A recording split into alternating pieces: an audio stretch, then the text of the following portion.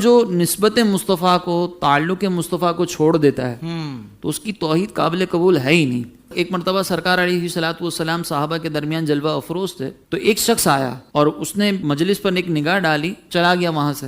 تو سرکار علیہ الصلوۃ والسلام نے فرمایا کون ہے جو جا کر اس کو قتل کرے؟ صدیق اکبر رضی اللہ تعالیٰ عنہ نے عرض کی کہ یا رسول اللہ میں جا کر قتل کرتا ہوں۔ صدیق اکبر وہاں پر گئے، دیکھا کہ وہ شخص قیام میں کھڑا ہوا ہے، تو وہ واپس آئے، سرکار کی بارگاہ میں عرض کی کہ حضور وہ تو قیام کر رہا ہے، نماز پڑھ رہا ہے۔ سرکار نے کوئی جواب نہیں دیا۔ سرکار نے فرمایا کون ہے جو جا کر اس کو قتل کرے؟ فاروق اعظم رضی اللہ تعالیٰ عنہ نے عرض کی کہ یا رسول اللہ میں جاتا ہوں۔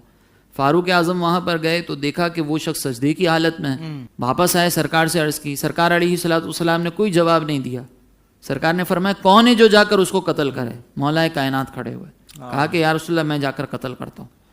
تو اس کے بعد جب مولا کائنات وہاں پر گئے تو وہ شخص جا چکا تھا، سرکار کی بارگاہ میں حاضر ہو کر عرض کرنے لگے کہ حضور وہ تو چلا گیا۔ تو سرکار علیہ السلام نے فرمایا کہ اگر تم اس کو قتل کر دیتے تو میری امت سے ایک بڑا فتنہ دور ہو جاتا۔ اللہ، اب وہ نماز بھی پڑھ رہا ہے، وہ نماز کے اندر توحید کا اقرار بھی کر رہا ہے۔ جی وجہ کیا ہے کہ وہ سرکار علیہ الصلوۃ والسلام نے اس کو قتل کا حکم فرمایا؟ تو شارحین نے لکھا کہ جب وہ مجلس سے مصطفیٰ کو اس نے دیکھا نا تو اس نے حقارت کے ساتھ دیکھا کہ اس مجلس میں بیٹھنے سے بہتر یہ نہیں کہ میں نماز پڑھ لوں۔ اللہ اکبر۔ تو اس نے نماز ہی پڑھ رہا ہے، جا کے توحید کا اقرار ہی کر رہا ہے، لیکن تعظیم مصطفیٰ کے بغیر کر رہا ہے۔ حضور علیہ السلام دعوت دے رہے ہیں، دعوت سے پہلے اللہ کے رسول مکہ کے باسیوں سے پوچھتے ہیں لوگوں بتاؤ لقد لبثت فیکم عمرا، میں نے تمہارے اندر ایک زمانہ گزارا ہے، حل وجدتمونی صادقا ام کاذبا، تم نے مجھے کیسا پایا ہے؟ اس کا ترجمہ بھی لوگ غلط کرتے ہیں، لوگ کہتے ہیں اس کا ترجمہ ہے تم نے مجھے سچا پایا یا جھوٹا پایا۔ جھوٹ کی نسبت نبی کی طرف نہ کیا کریں، بلکہ ترجمہ وہ کریں جس میں نبی کا ادب ہو۔ حل وجدتمونی صادقا ام کاذبا، مجھے کیسا پایا ہے، مجھے کیسا پایا؟ اب مکہ کے باسی کیا کہتے ہیں؟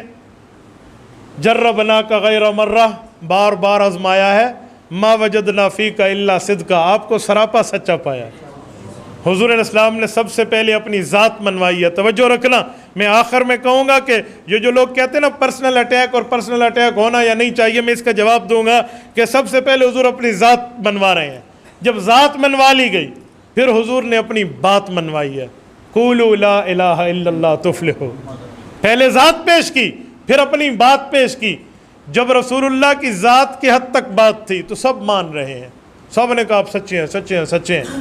اور جب دین کی بات آئی، رسول اللہ نے اپنی شریعت کی بات کی، تو جو قوم پتھر مارنے والی تھی، پہلا پتھر کس نے مارا تھا؟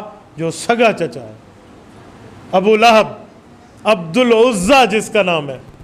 ابو لہب کیوں کہتے ہیں؟ لہب انگارے کو کہتے ہیں۔ کسی زمانے میں کسی کے حسن کی چاشنی بتانی ہوتی تو لوگ کہتے ہیں انگارے کی طرح خوبصورت ہے، جیسے آج کل کہتے ہیں چاند کا ٹکڑا ہے۔ آج کل ہم چاند سے تشبیہ دیتے ہیں، پرانے زمانے میں انگاروں سے، آگ سے تشبیہ دی جاتی تھی۔ تو ابو لہب آگ کا ٹکڑا ہے، اس کے حسن کے چرچے ہوتے۔ وہ چچا جس نے حضور پاک کے پیدا ہونے پہ باندی کو آزاد کیا تھا، جس کو حضور کی پیدائش کی خوشی تھی۔ لیکن سنو، میں ایک جملہ کہتا ہوں، پیدائش کو عربی میں میلاد کہتے ہیں، اعلان نبوت کو عربی میں دین کہتے ہیں۔ حضور کی میلاد پہ اسے خوشی تھی، حضور کے دین پہ اسے خوشی نہیں تھی۔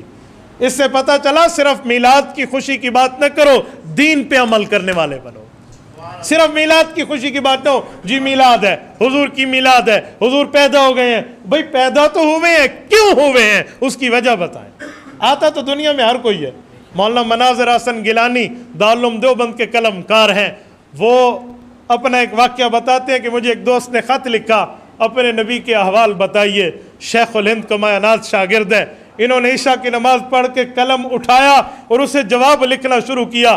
صبح کی اذان تک رسول اللہ صلی اللہ علیہ وسلم کی سیرت لکھی، اور وہ خط کا جواب نہیں، آج ایک کتاب بن گئی ہے سیرت کی، النبی الخاتم۔ وہ اس کی شروع والی عبارت لکھ کے کہتے ہیں، لوگوں اس دنیا میں ہر بندہ آیا ہے، لیکن آیا ہے جانے کے لیے۔ وہ ایک ہی تھا جو آیا ہے چھا جانے کے لیے، وہ ایک ہی تھا جو آیا ہے چھا جانے کے لیے۔ تو حضور اقدس صلی اللہ علیہ وسلم کی میلاد پہ ابو لہب خوشی کر رہا ہے، لیکن حضور کے دین پر جب بات آئی ہے تو سب سے پہلے اس نے پتھر اٹھانے کے لیے ہاتھ نیچے رکھا ہے۔ مجھے ایمان سے بتائیں، آپ پڑھے لکھے اور سنجیدہ طبقے کے لوگ بیٹھے ہیں، جب سگا چچا بھی مارنا شروع کر دے، مجھے بتائیں باقی ٹھہریں گے؟ بنا قصور کرنی ہے بے کھڑ سن۔ اب اندازہ لگائیں رسول اللہ صلی اللہ علیہ وسلم کو دین پہ پہلی مشکل کیسے آئی ہے۔ یہ پہلی تقریر ہے اللہ کے رسول کی۔ دین کے اوپر رسول اللہ نے صبر کتنے کیے ہیں، تکالیف کتنی اٹھائی ہیں، مصائب اور آلام کتنے برداشت کیے ہیں، اس سے اندازہ لگا لیں کہ رسول اقدس صلی اللہ علیہ وسلم نے دین پر اپنی قربانیاں کتنی پیش کی ہیں۔ تبارك الذي نزل الفرقان على عبده ليكون للعالمين نذيرا